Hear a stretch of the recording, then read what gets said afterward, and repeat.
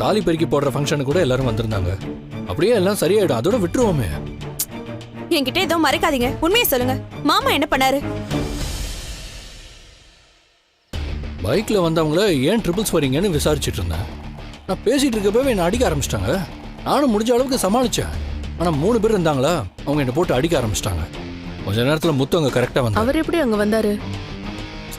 ஏமா, என்ன அடிச்சவங்களே அவருக்கு தெரிஞ்சவங்க தானம்மா.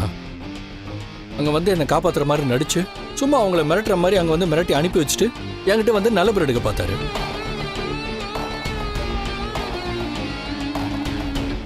என்னடா சொல்ற? அன்னைக்கு அவர் நம்ம வீட்டு ஃபங்க்ஷனுக்கு வந்தப்ப கூட நீ நல்லா தானே பேசின. என்னம்மா பண்றது, நான் அவர் என் சகலையா தான் பாக்குறேன்.